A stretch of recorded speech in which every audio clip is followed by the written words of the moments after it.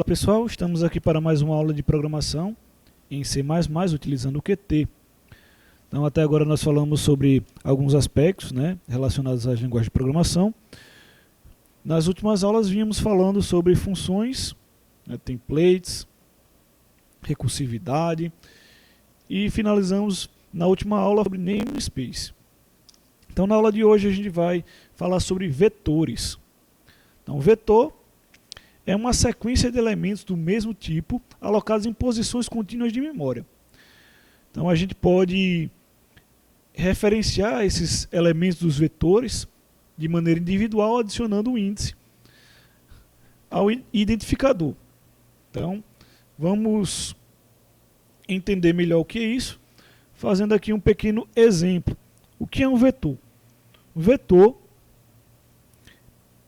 por exemplo, A, ele vai ser um vetor somente se utilizarmos esse símbolo aqui.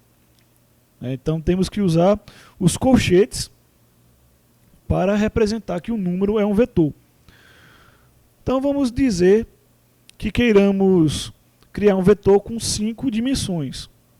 Então o computador, neste momento, ele reservará 5 espaços de memória para que a gente possa armazenar números, nesse caso números inteiros.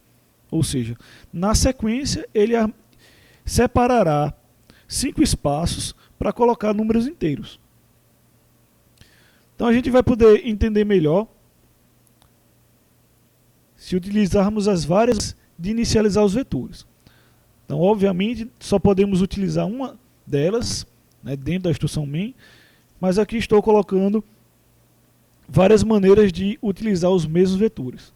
Então, por exemplo, esse vetor ele será inicializado com os números 16, 2, 77, 40, 1271.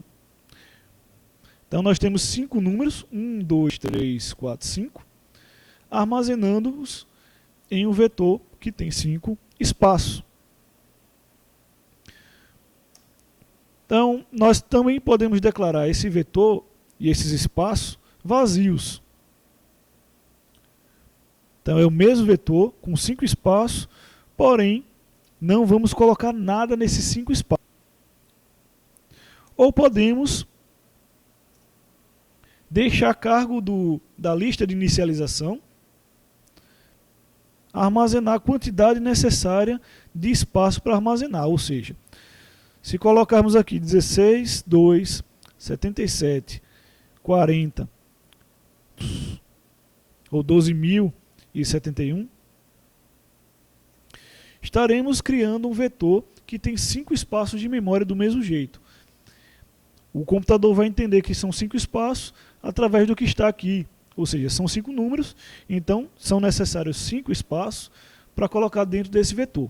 Então o colchetes em si é que define se a variável vai ser ou não um vetor.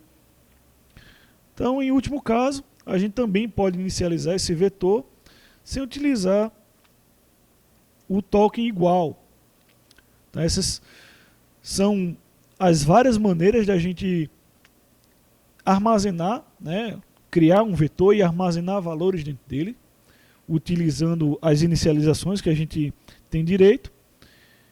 E aí vamos utilizar apenas uma delas só para mostrar. Desse jeito aqui ele não vai compilar, a gente precisa utilizar apenas uma inicialização. Então vamos comentar o restante. Só para que o programa ele vai ser compilado. Se colocarmos todas essas maneiras, estaremos redeclarando a variável. E como a gente já viu lá no escopo, o não vai compilar se a gente tiver a mesma variável declarada no mesmo escopo. Ok? Então na próxima aula a gente vai explorar um pouco mais esse conceito de vetor.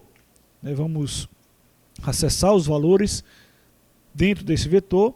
Depois a gente vai juntar esse conceito de vetor com a instrução for para a gente entender como são acessados esses vetores na sequência. Então até lá.